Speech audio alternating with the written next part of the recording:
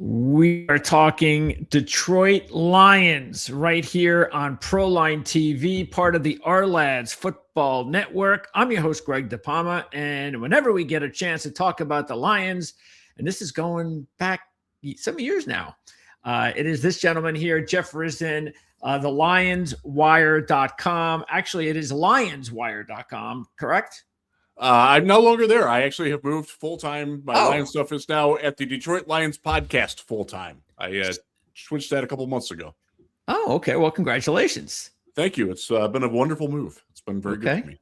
So the Detroit Lions podcast, is that just a podcast or are you also writing for them? I am writing stuff there as well. You can check it out. They have written content. Go to Detroit Lions podcast and you'll find it. Well, I will. There is already a link in the description of this video. I forget which one we have, but I will update that for everybody that's watching on demand. So cool. We'll have links there for you to check out Jeff's work covering the Detroit Lions. Okay. So, yes, Jeff, absolutely. I got to ask you this question. I don't know if you thought about this at all, because I kind of did. Okay. And that is watching, I think when it was all said and done on Sunday afternoon, some people asked me some questions about the game, the Patriots and the Broncos and stuff. And I said this, and I'll say this when we're going to do our first NFL show tomorrow. So I'll tell this to our regular audience that, look, all props to the Patriots and everything they did and Vrabel and all that.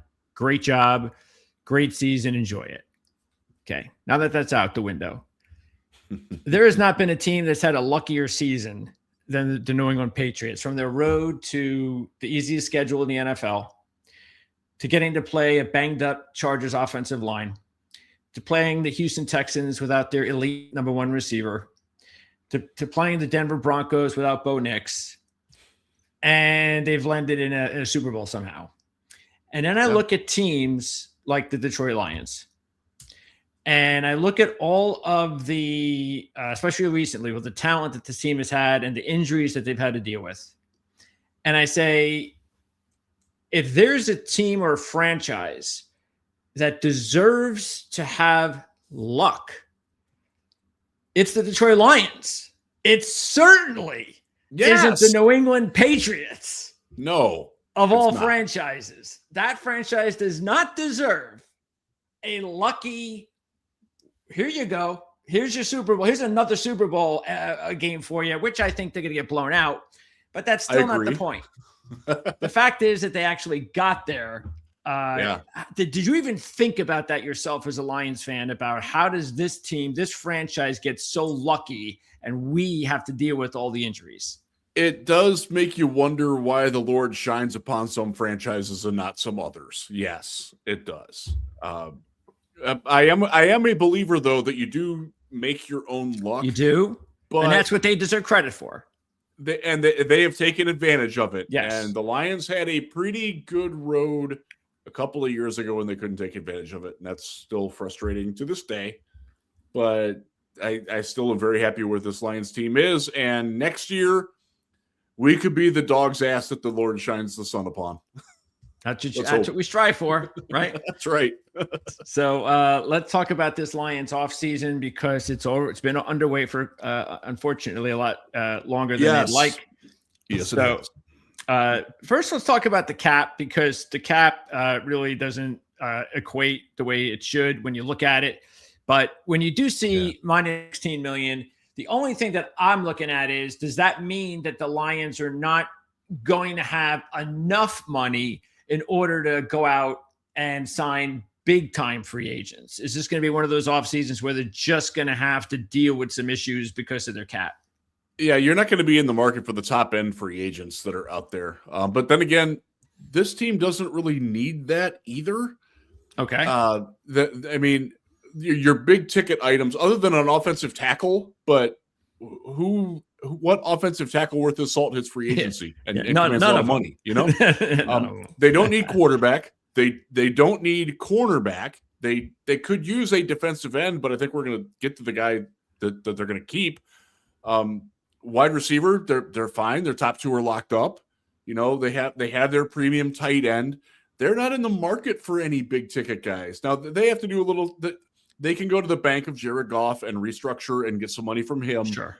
They can make a couple of cuts. Graham Glasgow is an obvious one to get themselves where if they want to get a second tier, let's say they want to upgrade their tight end too, and they want to, or they need they need safety help because both their starting safeties, who are great, are injured. If they want to buy a guy like, I don't know, let's say the Browns get rid of Grant Delpit as an example, now that their chaos has happened there. Jim Schwartz apparently going away. My God. Ugh. But I digress. Yeah. There will be guys like him that they could go out and sign without a problem. Now, if they wanted to do some blockbuster deal, and I'll be honest with you, I don't even know who the top free agents are because that's just not where this team's at and looking. That's not really where they are. Yeah, the long and short of it is they're fine with the cap. They could be better. The other things that they can do, Sam Laporta is due for a contract extension. As long as he comes back healthy, they can sign him, and the way that they can structure it will get more money free for 2026 out of that as well. Because right now he does count a decent amount against the cap, but when you sign guys to extensions, you push that down the road. Okay, let's see. So Trey Hendrickson is a pipe dream for everybody. Yeah, only Trey Henderson is one of these guys that whichever team signs him, the fan base is going to be very happy, and then you got to really just keep your fingers crossed because now that he's at this age. Well, look at that age column right there, 32 years old. Yes. He's not getting younger. No. I dare say he's past his prime, and I don't want to and I like the dude. I think he's become an incredible NFL player. I'm not sure he's going to be as good as he has been. And, now Jalen, okay, the name right there at the top, Jalen Thompson, that's the guy that the Lions could have interest in. Okay. A lot of those safeties, actually. I think Harrison Smith is probably going to retire if he doesn't play for the Vikings again. Yeah. Kevin Byard is interesting. Guys like that certainly fit the role. Cam Curl was a guy that would fit. Okay. Again, probably not going to break the bank. He's at what, like $5 million there? Probably gets up to $6-7 million for a year. I did the 6-7 thing. Sorry to everybody. I didn't mean to do that. Okay. So that's any other position, safety, anything else? They could be, depending on what happens with their own free agency at linebacker, they could probably add somebody. If Alex Anzalone and Malcolm Rodriguez both leave, and that could happen. I'm not advocating for it to happen, but it could happen. Yeah. Defensive end, if Al-Qadim Muhammad leaves, they absolutely need a defensive end to play opposite Aiden Hutchinson, because right now that would leave Aiden Hutchinson and Ahmed Hassanin as the depth chart at edge. So they got to do something there. Okay. But Hendrickson's like that, they can't afford that. But a guy like, bring up the edges if you would. So again, I'm not super versed on these free agents yet. A lot of old guys. It is. God, that is. Yeah. And none of them are really would be okay. He sort of fits the bill. 28. That's not bad. Yeah. Yeah. Geez. Yeah. They're all older. Yates Gross Matos is a backup. Yeah, I mean, if you sign your backup, if you draft your starter, he can. Arden Key's a guy that I know a lot of Lions fans gravitate towards. He's not. I wouldn't say no to him. Sure. Calais Campbell still 40 years old. Wow. AJ you don't see that 40 in there very often, do you? No. But hey, the money's good. So, and if you're still a lot of these guys, by the way, that are showing up are people that they haven't chose to sign in the past and have been available to them. So keep that in mind too. And look, you can call it luck, or you can call it really good coaching, a really good free agency. But the Patriots did a really good job with Caleb on Chason. He certainly would be a guy that would fit the Lions. Because this is a guy that was a bust for the Jacksonville Jags. Oh, yeah. I'm sure they couldn't wait to get rid of him. And then he ends up on the Patriots as like a one-year free agent guy, and he actually had a phenomenal season. And sometimes that's what that's what you hope for when you sign guys like that. It doesn't always work, but it's worked out for New England this year. Okay, so let me get the Patriot. Let me get their full thing here. I'll figure this out. Okay.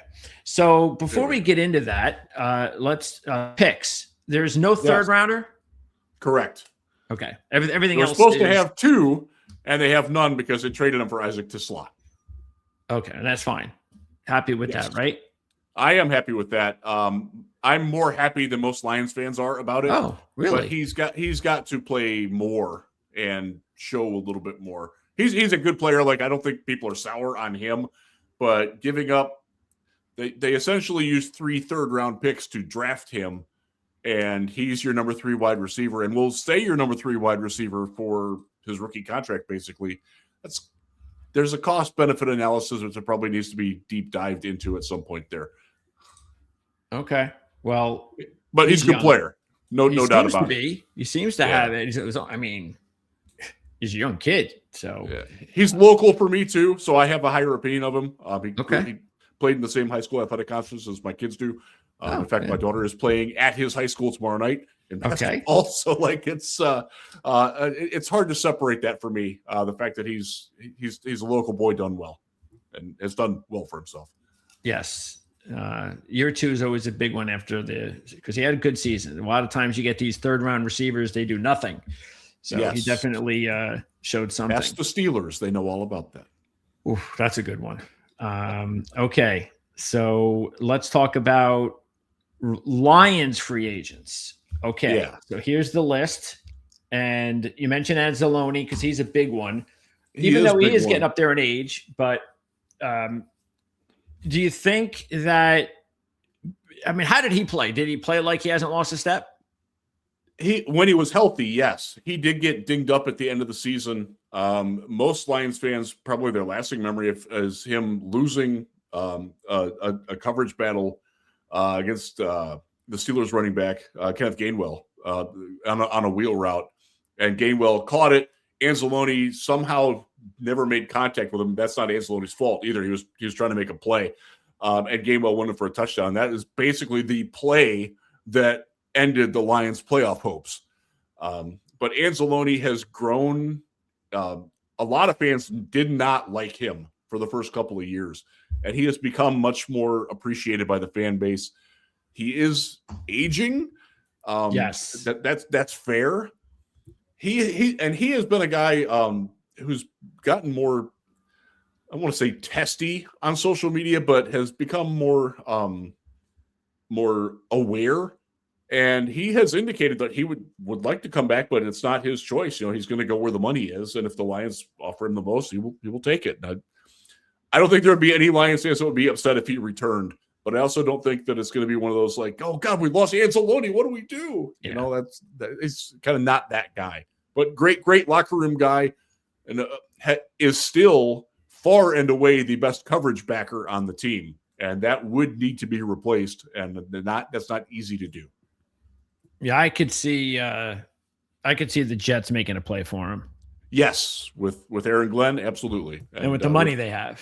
Yeah, so. And with Brian Duker coming in there as their new, he's familiar, former Lions safeties coach.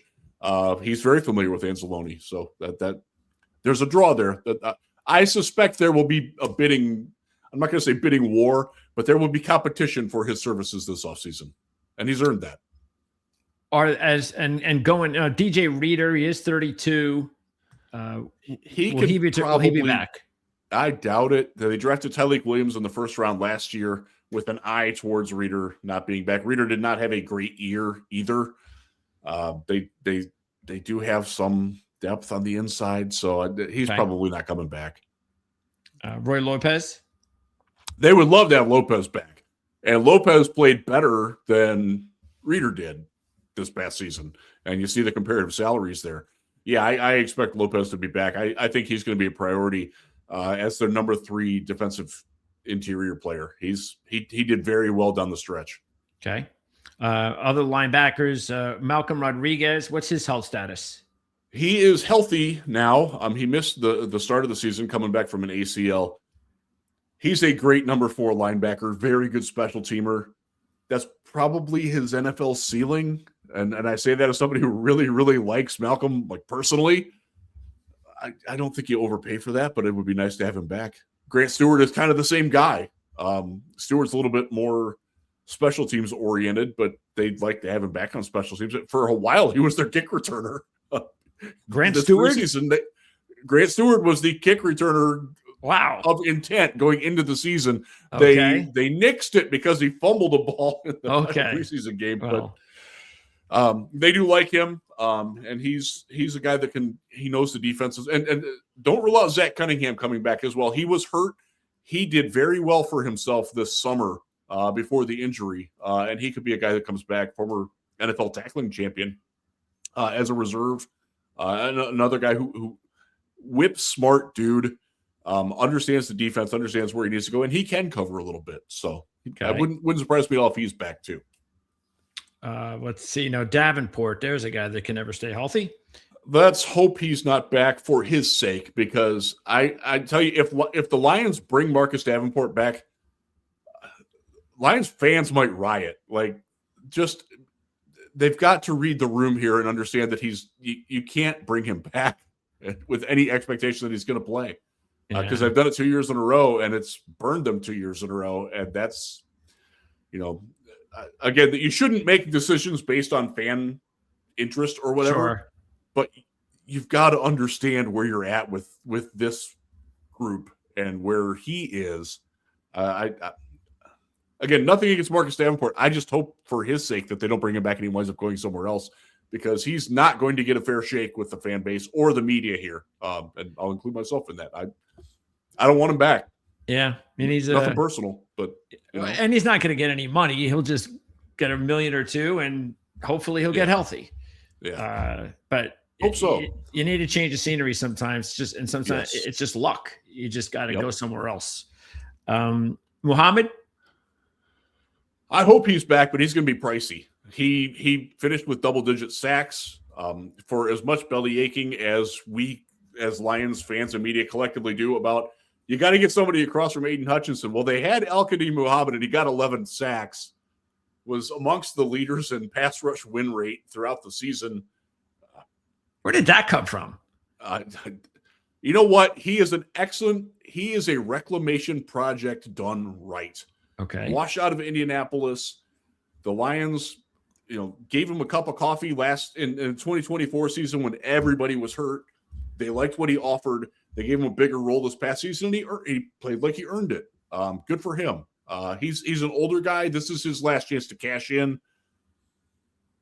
I don't know if the Lions can afford to keep him, but I'd love to see him back. Yeah, it's another player. I could see. How long was he there for? 2 years. Well, this past season, and he had like a handful of games in 2024. Again, with 2024, they played 56 dudes on defense. It's hard to keep track of how long each one of those guys was there. Yeah, look at all this. Wow. Yeah. He had suspension issues with PEDs that cost him some time earlier in his career. Wasn't exactly the easiest, teammate, coachable guy. He has matured a lot and become a very good football player in the last season. And I hope for his sake it gets rewarded. And it would be great if it's in Detroit, because if not, that's a pretty sizable hole to fill. Yeah, I would think, like you said, that even at his age, you get double-digit sacks, you're a free agent, he's going to make money. So, All right. And then the secondary, you got Maddox, Mills, Mollett, and Yasin, also Daniel Thomas. Any of those guys need to be back? They need to keep one of the safeties, whether it's Yasin or Maddox or Thomas, just because Brian Branch tore his Achilles in November, early December. Can't count on him before Thanksgiving at probably the earliest to be at full speed. And Kirby Joseph has a knee injury that knocked out most of his season, and it's chronic. It cannot be surgically repaired. They're going to try to do some things to get him to where he can gut through the pain. And when they're healthy, they're the best safety tandem in football. I will argue with anybody about that. But right now, the safety room is Thomas Harper and Dan Jackson, who missed his rookie season with an injury. So they got to keep some bodies. Maddox had 2 good games. He played really, really well against Dallas, and he played great in the finale against Chicago. The rest of the time, he did not look like an NFL player anymore, which is what Eagles fans told all of us all summer. good luck with this guy. So he's insurance. Rock Ya-Sin played well. I would love to see him come back as a depth cornerback. He stepped up and filled Terrion Arnold's shoes once Terrion got hurt. He's not Terry. He doesn't have the speed at all of Terrion, but plays a similar physical style, and it worked pretty well for him. So I'd like to see him back. Yeah, because looking at the secondary, it's like the majority of the secondary are either free agents or coming off injuries. Yes. And Amek Robertson, he did not have a good year. He started well, and then teams figured out that he's small and guesses a little bit. Okay. I love Amik. He is Greg. You've known me long enough to know that I have a type. I love the undersized, yappy, aggressive slot corner. Like that. That's my type. He is that. But he didn't have a good year. But I still love the guy. If he wants to come back, I would welcome him back, but not for a lot of money. Okay. And what's up with Rakestraw? Ennis Rakestraw. He probably got hurt while you were saying his name. That's not good. He is. He has not had a healthy season since his junior year of high school. He's had maladies galore. Just in Detroit, he's had hamstring, sports hernia, and shoulder, which wiped out last season. In less than 2 years, he did all that. Go back to his Missouri. He had a torn ACL. He had hamstring, calf, foot. I think he had a hand injury somewhere in there. Just ridiculous amount of injuries, which is sad because he is. And I actually wrote about this when they drafted him. I'm like, he so fits what they want at cornerback, but you can't ever rely on him to be healthy. And he's just got to stay healthy and hope that he makes a team, because that has to be where they're at with him with all the injuries now. All right. What's up with Paschal, John Paschal? He's restricted. So another guy who's been injured a ton. Yeah. And I think they're going to wind up just cutting bait on that, because this was a guy that they thought was going to come back this season, and it just didn't work out from his injuries. He's had back surgery. This is a guy who battled skin cancer when he was at Kentucky and overcame it, which is fantastic. Again, this is another guy. He is straight out of central casting for what they want on the opposite side of Aiden Hutchinson. But, man, he just cannot stay on the field. And they need to have less of that on the roster, in my opinion, and in most Lions fans' opinion, too. Before we move on from defense, are there any other players that are coming back from injury? Key players that we didn't talk about? Not really. Okay. Ali McNeil will be healthier next year than he was this year. Okay. He tore his ACL in 2024 near the end of the season. He played really, really well in his first game back, and then didn't really look like Thielen McNeil, who was one of the best defensive tackles in football for the last couple of years. I expect a lot more from him going forward, and they need more from him going forward. Yes. Yeah, that was a big part of what they were doing, no question about it. Okay. And everybody else is okay. Terrion Arnold's going to be okay, and let's hope so, because he took a big step forward. His ability to not hold everybody in coverage took a big step up. He's got confidence. He's got swagger. He is an excellent run defender on the outside, and they missed him late in the season. When he went out, their run defense went down. I know it's tough to say, well, your run defense lost because of you lost your cornerback and also Brian Branch, but yeah, that happened. So please get well, Terrion, and keep growing, because you're a good player. Yeah, that's one of the positions that is growing without a doubt in the NFL on defenses, is that big nickel, that player that can tackle. You can put him in a variety of positions, and that's becoming very valuable, which is why I think, matter of fact, that we're doing a mock draft show tomorrow morning, the first one for Ourlads, and I've already seen their mock draft that they're going to talk about, and I believe they have Caleb Downs number 2, and that's what I'm going to bring up with them to talk about. We know safeties have not. He's the best player in the draft, like regardless of position. I don't have any question about that. The problem is he's right there with Kyle. He's not Kyle Hamilton, but he's he's close. Yeah, the problem is that in recent years, the NFL has shied away from safeties. And we saw it last year with Starks going all the way to the Ravens late first round. Brian Branch is a great example. He's that kind of guy too. And he fell to the second round, stupidly. Yes.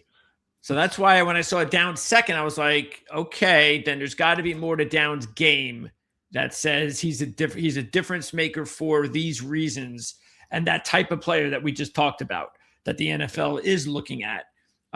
Because I don't think Caleb Downs is just a safety. So, I agree. Because otherwise he wouldn't be, I don't think we'd project them as the second pick in the draft. So I'm with you there. Okay. Let's move on to offense. Not a lot of players on offense and free agents. So Raymond, kick returner, receiver. Yeah. And number 3/4 receiver, number 4 receiver. He's very good at what he does. Pro Bowl kick returner. He's probably going to be priced out of that role though. That's a spot where when you are paying so many people premium dollars, you can't break the bank there. I wish him well. He's been a very good. He was wide receiver 1 when this regime started in 2021. Believe it or not. Wow. And that's how far they've come. That now he's expendable. I'm sure they would love to have him back. Sure. If he's willing to not market himself effectively. You know? If a team comes around that's got a few extra bucks, then he's gone. Yeah. Okay. Yeah. God bless him. That's offensive line. Get your money while you can. Yeah, absolutely. He's 32. Offensive line is 4 guys. Any of these guys that you think deserve to come back? So, not really. Aushika, maybe Tristan Colon, and I say Tristan Colon can come back. He did not play well, but Drew Petzing is a new offensive coordinator, and he was the offensive coordinator in Arizona, where Colon earned enough to get signed by the Lions. Oh, so I could see him coming back from that. If he leaves, I'm not going to shed any tears. But they do need experienced depth on the inside, because I will be surprised if Graham Glasgow comes back, and they've got to get better. I'm sure we'll get to the team we needs, will. but yes, we'll table that for then. But Aushika's been around a long time. Like, he's functional as a backup, but no, you don't pay for that guy. You know, you can find that guy in the 7th round. Yeah. You can find him as a reclamation project from somewhere. I don't know. Skipper and Jones. I know Skipper's Skipper retired. Oh, he did. He's already entered the coaching realms. He was coaching tight ends and offensive linemen at the Shrine Bowl last week. Okay. So good for him. And Jones, DeMarco. He got hurt. And it's sad because he legitimately played well this summer, like enough that he earned the number 3 tackle spot, and then he got hurt. And I don't know. He's worth bringing back to camp with the expectation that he won't make the team, but could surprise you. I think is probably the best way to say it for him. All right. And the next one is offense, defensively. Are there any players, young players, who anyone outside of Detroit may not be familiar with, that might be coming into camp this next season with a chance to be a bigger contributor than they've ever been, or maybe even a starter, some sort of a young player, not necessarily a rookie like draft pick, but one of those under the radar type young players? I think we are all have everything that can be crossed for Giovanni Manu to wind up being the 3rd offensive tackle, which would be a big step up for him. He had shown some growth this year, and then he got hurt. Of course. I just go back to when they drafted him as an offensive tackle from the University of British Columbia, where he went from Tonga to play basketball, not football. He literally did not know he could move his left foot first off the snap when he got to Detroit. Like, that's how green this guy was. Look, there's no scouting report on him. Well, Ourlads, exactly. He is a physical marvel, and he did show real progress. But the real progress was from being a guy who probably wouldn't have started at any he might not have started at a MAC school as a rookie, honestly, like straight up. Last year, he looked like he could be a game day inactive and merit a spot on the 53, but then he got hurt. So where that stunts his development, like, I don't know, man. Okay. But I'm rooting for him, but at the same time, that's a third round pick that they used on him. They traded a third round to draft him in the fourth. That's not sat well, not aged well for Brad Holmes. Well, I guess we kind of felt though that when they got him, it was going to take a couple of years. Yes. So next year's his year. That's the year. Yes. It's your opportunity. Let's see what you got. Yeah. And the other one is another offensive lineman. It's right there in the middle of the screen, Miles Frazier. Oh, yeah. Okay. He got a cup of coffee at the end of the season. Didn't do a whole lot with it. I was a big Miles Frazier fan. I was ecstatic when they drafted him. He's got to show more this coming season. Off season. He missed a lot of time. He wasn't healthy, and that hurt his development. Is that another way of saying he was injured? Yes. You're just sick of using the word, so you're looking for something else. He wasn't healthy. I'm trying to come up with as many euphemisms as I can. I am hopeful that he can challenge to be a starting guard in 2026, but I don't know that that's going to happen. Okay. But it would be great if he could. If not, he can definitely take the spot that Coyote Alshika has played as the top interior reserve, who can also play tackle. I actually like Miles Frazier as tackle better than I like him at the guard, but the Lions don't seem to agree with me on that. And they're the coaches and I'm not, so I will listen to them and accept it. Okay. Anyone on defense? Oh, man. That Tyleik Williams, as a first-round pick, you hope that he makes a giant step into year two. He played much better at the end of the season. It started to come around for him. Beyond that, Trevor Nowatzki could conceivably step up and take Anzalone's spot, but he's not shown that yet. Good young player, probably best served as like your top backup. He can bump up to the spot where Malcolm Rodriguez was as your top reserve linebacker, and I think he'll feel pretty good about that. Okay. Rakestraw, we talked about him. Yes. Dan Jackson, who knows what's going on with him. Yes. I'll just go back to, he was a 7th-round pick last year, and they had an undrafted rookie named Ian Kennelly from Grand Valley State, and Kennelly definitively outplayed him all summer, and they kept Jackson, and then Jackson got hurt. And I have no idea what's going on with Kennelly. He didn't resurface anywhere, but Jackson's got to show more when he's healthy than being just a guy who can be a gunner on special teams, because that's kind of all he really did well this summer. So fingers crossed, because I like Dan. How do you spell his name? Ian Kennelly, Kennelly. I believe he went back to be a student assistant or something. Ian Kennelly. Very like high-end athlete. But it just didn't work out for him with the Lions, and he didn't. To my knowledge, he didn't sign with anywhere else on a practice squad or anything. So no, maybe he just decided the NFL grind wasn't for him, which might explain why the Lions would not keep him. Yeah, I don't know. He's not around. Well, he's doing something, but yeah, he's clearly doing something. I should probably he's doing something. People. Yeah. Okay. Now. Let's move on to the coaching staff. So you mentioned Petzing already. So what do you think about the hires? Kafka's on board. Petzing is on board. What do you think about those hires? I'm very, very happy. Mike Kafka was my personal number one choice to be the offensive coordinator. Drew Petzing was not. He was not on the short list, but he wasn't far behind it. I like guys who can maximize what they've got. And both of those guys showed that they can do that.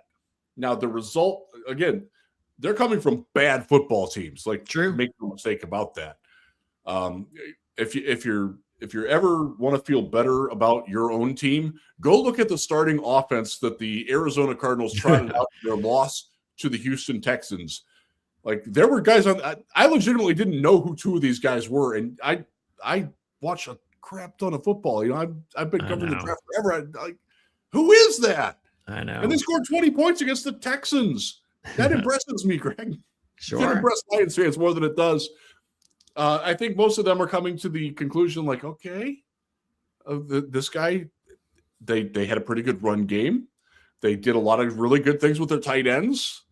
Kafka darn near beat the Lions last season with Jameis Winston throwing to not Malik Neighbors without Cam Scatterboo in the backfield. Like, okay, that has my attention. So sure.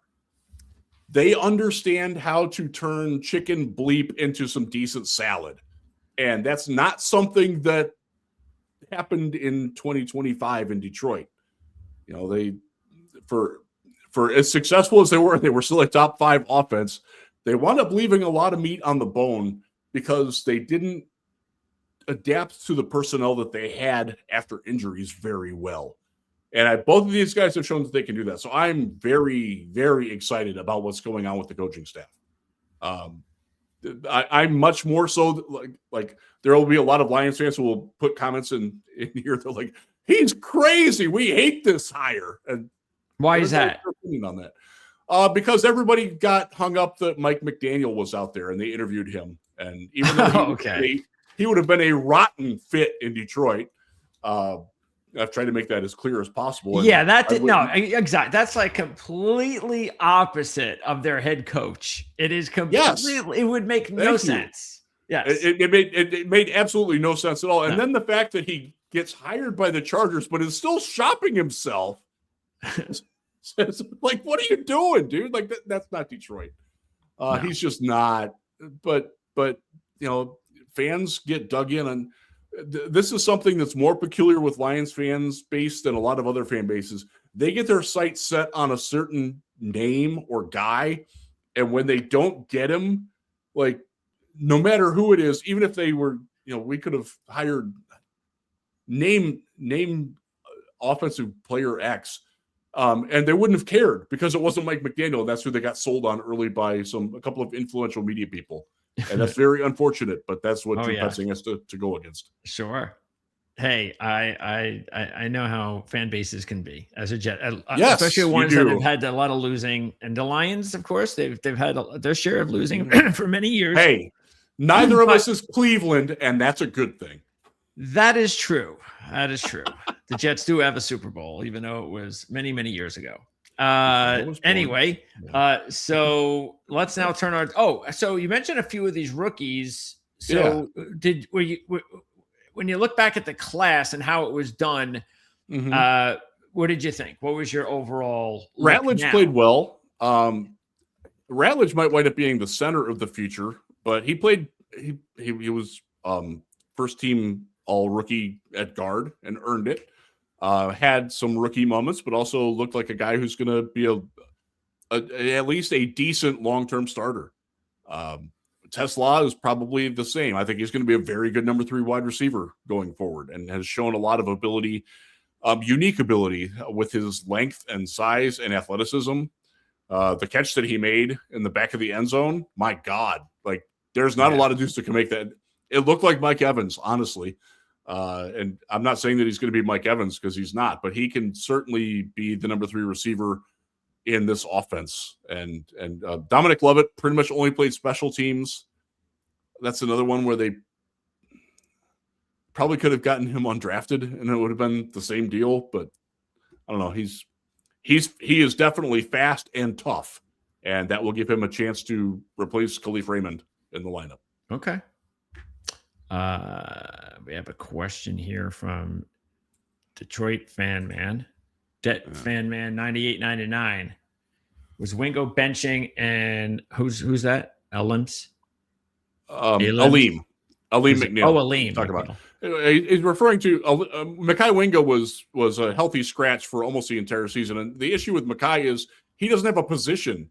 He's a terrible size. He's 6'280", and he's not big enough to play inside, and he's not quick enough or fast enough to play outside. There's just it's unfortunate. He's a guy that probably doesn't have a role unless he really slims down or really bulks up, and he hasn't shown that he can do either of those yet. So Yeah, see, due to his lack of size, he cannot be relied upon to hold his own against double teams.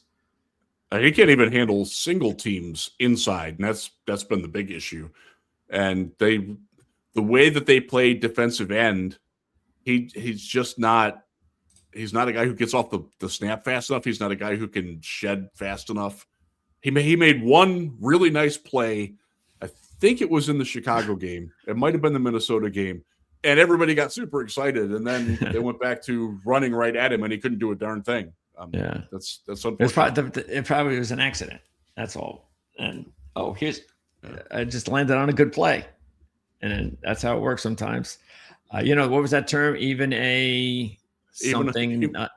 Broken clock is right twice a day. Oh, there you go. I like that one too. All right, now let's get to the big one. Needs.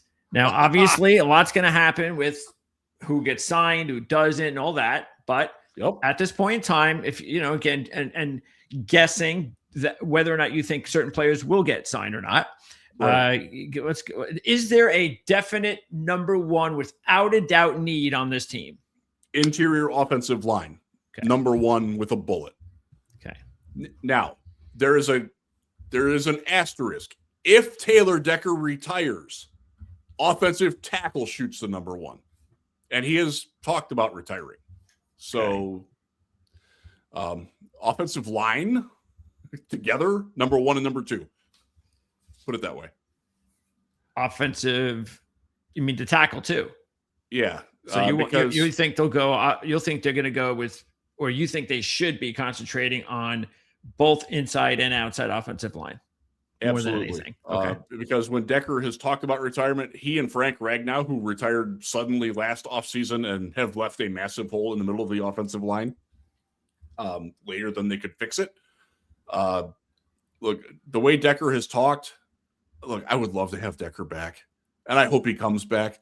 But you can't plan on it. He battled through shoulder surgery.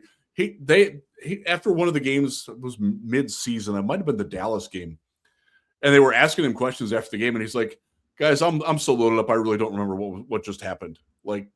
And he is a family man. He's got young daughters. The pain is very real for him. So they need to plan for life after Taylor Decker. Sure. And it could be 2026. It could be 2027. But either way, you've got, right now, again, the depth chart is Giovanni Manu and Jamarco Jones, who's hurt. Dan Skipper just retired. They got to replace him too. How quickly it turns. Yes, absolutely. Just a couple of years ago, the best offensive line in the game. And shows you how quickly, especially when you got players that are a little bit older. So, they got to get some work done there. Okay. It's fleeting. Yeah, they definitely have to address it without question, because also it showed that the offense, I won't say it didn't work, because, again, they were really effective, but they could have been much more effective with better line play. Mm-hmm. And that's also important for Goff. Because as we all know, it's just night and day. He's one of those players that needs protection. Yeah, he's not mobile. He is not a guy that avoids pressure well. No. Yeah. Okay. All right. Next need after the offensive line. I wrote these down. I have defensive end, edge, opposite Aiden Hutchinson. And that's true even if Al-Qadim Muhammad does re-sign. Okay. Again, he's 32 years old. Yes. Probably a 1-year deal. It would probably be in Lions land. They would sign him for 1 year with 2 void years to make it more affordable. But the intention is that he's playing 1 year. Again, with the way NFL teams Jones for pass rushers, he's going to get a team that's going to say, "I'll give you 2 years, 3 years guaranteed." You know, and if he does, good for him. Good for you, dude.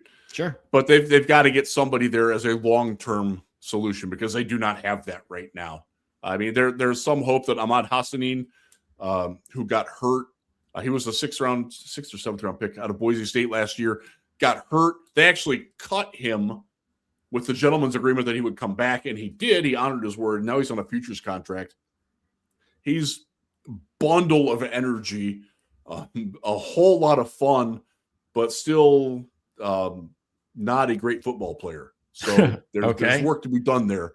I hope that he can work his way into being in the rotation. And like a guy like Tyler Lacey, Tyrus Wheat, who came in this past offseason, like, okay, you can bring them back, but you've got to you need a building block there.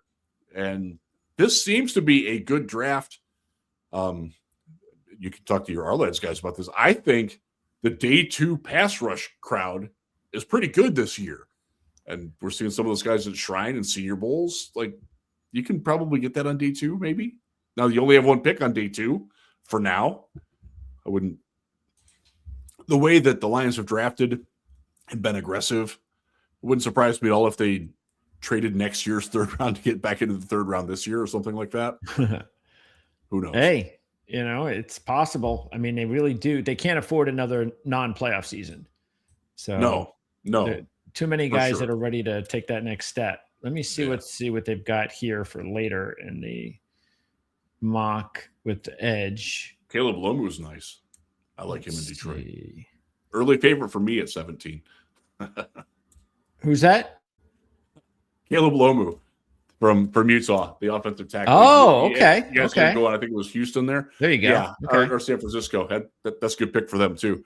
I actually like him better than Spencer Fano, who's rated higher for Detroit specifically. Yeah, so. I thought he was like a top 10 caliber player. I don't know where they have him. Okay. Oh, there he is. Oh, they got him in Detroit. Okay. I don't hate that. He's my issue with Fanu versus Lomu. We'll go to a little bit of draft talk here. I think Spencer Fano is who he's going to be already, where I see Lomu has a lot of growth potential. And Fano can come in and start right away at right tackle, and move Penei Sewell to left tackle. I don't have an issue with that at all. But I think Lomu's ceiling is higher, but he's also not at it yet. And that, that's, what's their philosophy? Do they want the guy who's more finished now, or do they want the guy who they can rely on offensive line coach Hank Fraley to get more out of, even if it's not as good as the first 25 or so games? I can't answer that. They have to answer that. Okay, so there you go. Edge, that's number 3. Yes. What do you got after the edge? Safety, just again, we talk about the injury issues that they have there. If everybody was healthy, safety would be probably the best position on the roster, but it's not. So, yeah. I mean, so even right now with Dan Jackson not healthy, is there a number 3 guy that you're comfortable with? If you bring back Maddox, maybe. Daniel Thomas is a special teams player.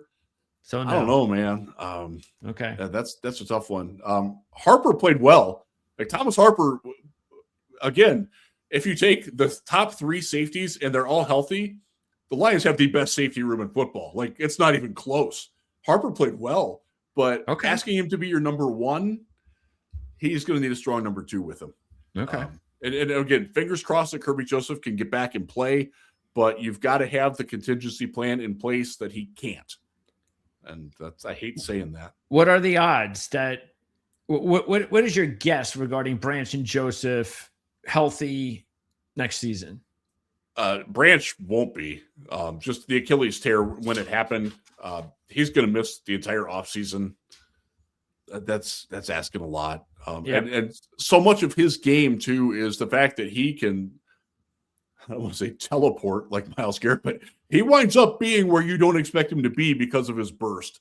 And asking that after an Achilles is asking a lot. Yeah, it's a shame. Yeah. It sucks. And Kirby? Kirby's going to fight through it, man. His knee injury, it's been described as like chronic tendonitis, things that can't get repaired. There are volumes written upon it, and I would refer Lions fans to Dr. Jimmy Liao. He's done a lot of work on it. He knows what he's talking about. He and I both have our fingers crossed, but oh man, it's tough for a fan base that lived through Louis Delmas back in the day, who was a really good safety, but his body just wasn't built for football. We're kind of seeing the same thing with Kirby and hoping that it's not the case. Ugh. Just can't stand injuries. I don't remember when I was growing up. I don't even remember when I was in my 30s injuries being such a big deal. I just don't remember. I really don't. It's only been the last few years. It looks like every year. It's like every team has got just so many injuries. Yeah. I don't understand it. I think there's a discussion to be had about the limitations of the human body, but that's over. Well, and the other thing is you play 17 games. I mean, yes. But there'll be 18. Yeah. Oh, we're going to get rid of the one preseason. What the fuck does getting rid of one preseason that nobody plays has anything to do with adding another regular season game to the body of these athletes? Unbelievable. Don't get me started, man. I'm with you. And you would think that the fans would be like, oh, I love it, more football. But we don't love it because we know it's going to damage our players. Exactly. Jesus. I don't understand it. Oh, I do understand it, but it's just the Players Association needs to have some balls and to go, no, we're not going 18 games. That would be very nice. Anyway, all right. Give me another need. Fifth need. I have and it depends on the free agency with Anzalone and Rodriguez. If they're both gone, it's linebacker. If one of them even is back, I would shift it to tight end, where we have an offensive coordinator coming in who loves 13 personnel. The Cardinals ran 13 personnel 10% of the time. The Lions have Sam Laporta coming off of an injury, Brock Wright coming off of an injury, and a bunch of dudes who shouldn't have even been on an NFL roster. Anthony Firkser among them. If you're going to have 13 personnel, you need 3 tight ends. They right now have maybe 1.5, maybe. That's not good. Yeah. Yeah. So a tight end who can now I should have brought him up. Zach Horton as an H-back fullback has some potential as an undrafted rookie from last year. Okay. He can grow. He can develop maybe into TE3, but I want competition for that role. Okay.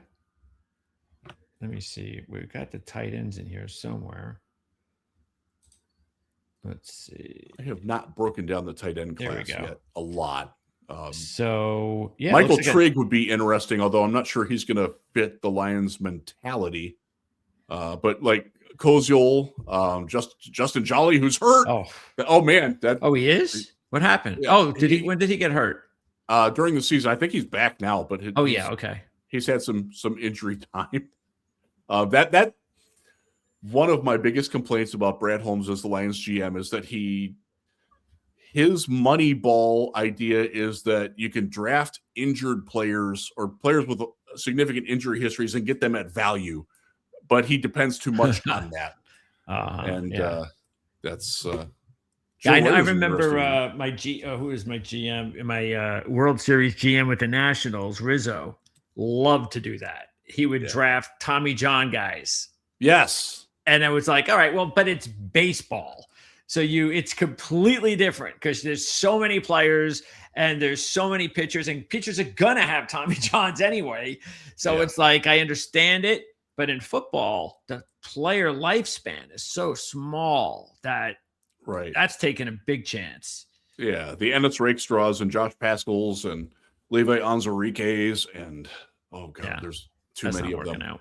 Well, how did the fans? I mean, Brad Holmes. What kind of a grade does he have right now? Because he's obviously been a part of the rebuild. But a couple of years ago, I'm just guessing. I would feel 2 years ago, fans would think a lot more differently than they do now. Am I wrong? I would say he's lost the benefit of the doubt. Okay. He's still a good GM, and like he's got it. I wouldn't surprise me at all if he winds up knocking this offseason out of the park and the Lions win the Super Bowl, and he's lying. Put a statue of him out front.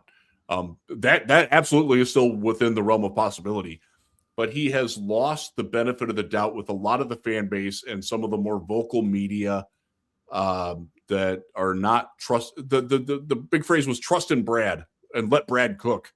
Well, now it's like, okay, well, maybe don't let him cook so much. Maybe he needs, Gordon Ramsay over his shoulder yelling at him when he's trying to cook something bad. Okay. He needs a sous chef. That's sort of where we're chef. at. Yeah, exactly. Okay. All right. So what are you up to right now? Is everything draft or is it free agency related? I would guess first, right? Trying to balance them all. With it being, Shrine and Senior Bowl week and all that, I have been busy in the draft. And again, the Lions external free agency is probably not going to wow people this That's year. true. It's just not. So I'm much more into the draft, finding prospects that fit the Lions, finding prospects that don't fit the Lions. One of the things that I love about Brad Holmes, it's a lot easier to sort through prospects now. Much like it was with Ozzie Newsome in Baltimore, and then the way that they've gone, the way John Schneider has. When you look at a player and you say, "That's a Raven, that's a Seahawk," we can do that now. Like, that's a Lion, or that's not a Lion. That's where I'm at in the process right now of finding those guys who are and who aren't, and identifying them and segmenting them that way. That's good. Yeah, that definitely helps. No question about it. And other than that, everything else is just about hoping guys are healthy. Yes. And we can do about that as fans. Nothing that anybody can do about that, pretty much. Again, who knows? I know the Niners were thinking about, what was that thing that they were experimenting on, or saying that we shouldn't be, I don't know, they were blaming, well, not blaming. They have like power lines or something near there that I don't know. Electromagnetic. Somebody sent me an article and I'm like, okay, like, yeah, I get it, but I do too. But how about 17 games? How about we start with that first? How about the inactive players? So you're paying 53 guys to play, and only 46 of them can play. Somebody explain to me why that makes sense. Yeah. It's causing hurt guys to play injured. There you go. Stop it, NFLPA. That's right. For the love of God, and the inactive player madness that serves no purpose anymore. It hasn't for 20 years. Yes. The guys get paid anyways. It's not that hard. Why are you not letting them play? I think another thing that may even be like nobody would guess it, but I just have to think that there has to be a fine line between the way that they used to kill these guys during training camp with all the practices and then the way they're treated now, because there is no way that I think, because if you want to look at a correlated effect there, well, why not? I mean, we're seeing more injuries now, it seems, when we're in the regular season, because I don't think these guys are ready for the regular season. They're not being put through enough hard physical practices in the preseason, in training camp, to get them ready that once the season begins, boom, it's like everybody's full speed ahead. And I think that's part of the problem. I think they need to allow a little bit more physical contact without going crazy. Dan Campbell would agree with you. And he's talked about that. Has he? Yeah. Yeah, he has. He's not the only one. I know Jim Schwartz would certainly agree with you now that he's on the market. Well, D'Amico Ryans would agree with you too. Because we asked him that when he was in Detroit this past summer. Okay, great. Practices. That's good. Yeah. I hope they come up to their senses. Anyway, Jeff, it's always great talking about the Lions with you. I know we'll talk no later than after the draft, because that's when we'll be able to take a look at the entire offseason when it's pretty much done at that point. And then we'll be off to the 2026 season. And in between, again, links in the description of this video where you can check out Jeff's work. And Jeff, always fun talking Lions football with you. I appreciate it as always. Thanks for having me, and I appreciate it. You got it, Jeff. Take care. All right, Jeff Risdon, Detroit Lions podcast.